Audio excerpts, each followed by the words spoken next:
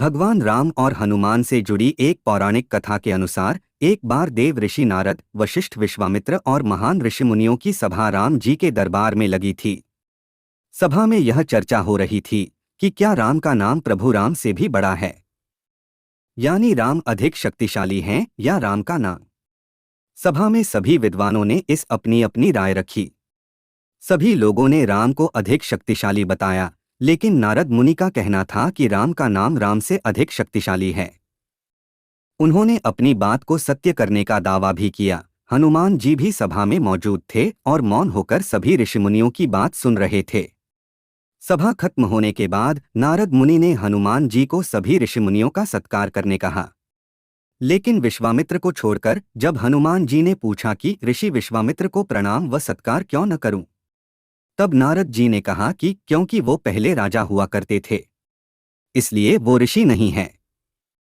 हनुमान जी ने नारद जी के कहेनुसार सभी ऋषि मुनियों का आदर सत्कार किया और विश्वामित्र को अनदेखा करते हुए नमस्कार नहीं किया। अपना अपमान देखकर विश्वामित्र क्रोधित हो गए और उन्होंने हनुमान जी को मृत्युदंड देने का वचन दे दिया। विश्वामित्र ने हनुमान को मृत्युदंड देने का श्रीराम से वचन ले लिया। श्रीराम को हनुमान बहुत प्रिय थे, लेकिन विश्वामित्र भी उनके गुरु थे और गुरु की आज्ञा का पालन करना राम जी के लिए सबसे बड़ा कर्तव्य था। गुरु की आज्ञा ना टल जाए, यह सोचकर भगवान राम भी अपने प्रिय भक्त हनुमान को मृत्युदंड देने के लिए तैयार हो गए। इधर हनुमान जी यह समझ नहीं पा रहे थे कि आखिर भगवान राम उन्हें मारना क्यों चाहते हैं। तब नारद जी ने हनुमान को राम नाम जपने की सलाह दी। हनुमान जी एक वृक्ष के नीचे बैठ गए और राम राम जपने लगे। राम का नाम जपते हुए वह राम धुन में ऐसे मग्न हो गए कि गहरे ध्यान में चले गए।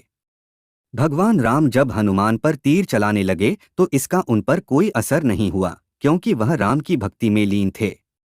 अपने तीरों को विफल देख श्री राम ने सोचा कि जो भक्त मेरे नाम का जप कर रहा है, मैं उसका कैसे कुछ बिगाड़ सकता हूँ।